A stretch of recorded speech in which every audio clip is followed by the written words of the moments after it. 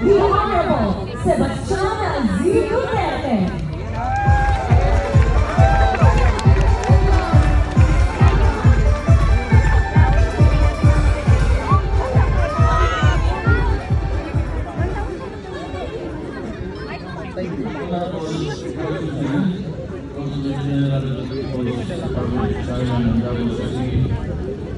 Honorable Derek Faisal Consul General of Malaysia, Regional Directors and Representatives of National Government Agencies, Candidates Davao City Councilors, Deputy Mayors, Attorney Francis Marcario, Davao City Administrator, Davao City Department Heads, Davao City Chinatown Development Council, Tourism Council of Davao City, Security Clusters, fellow government workers, mga natin SPD, ako, government ay nabibigay yung tanan.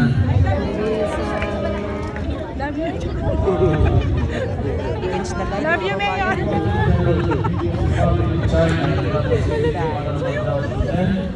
The Davao City Chinese community, representatives of the private sector and guests.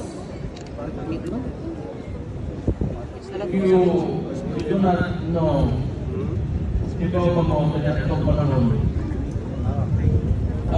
We have been trading with China pre-colonial Philippines. Sa ganitong panahon, diya sa Zamboanga, naanay trading with China ang mga sarahan ng tribo, diya ang Laoso, mga kasagaran diya sa Zamboanga. Naanay trading exchanges of culture, exchanges of whatever kanan of people. But, antong karon maagi ako, but you have never seen the Chinese people attempt to colonize ang Pilipinas. And I'm sure it will stay the same way until karon and for years to come. So, kanimang buong narrative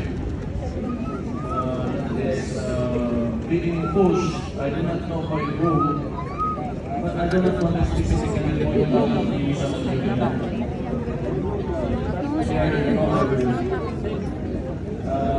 hate to see the current ambassador, having to deal with the behavior that is unfriendly towards a loving neighbor and a peaceful neighbor towards the Philippines. So I hope my wishes to be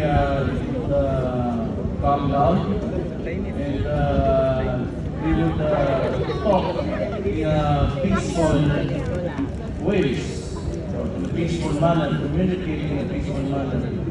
Because there is no only way for us to move forward, but to promote mutual benefit from both sides. Tonight we celebrate not only the New Year, but the long-standing relationship between Davao City and China.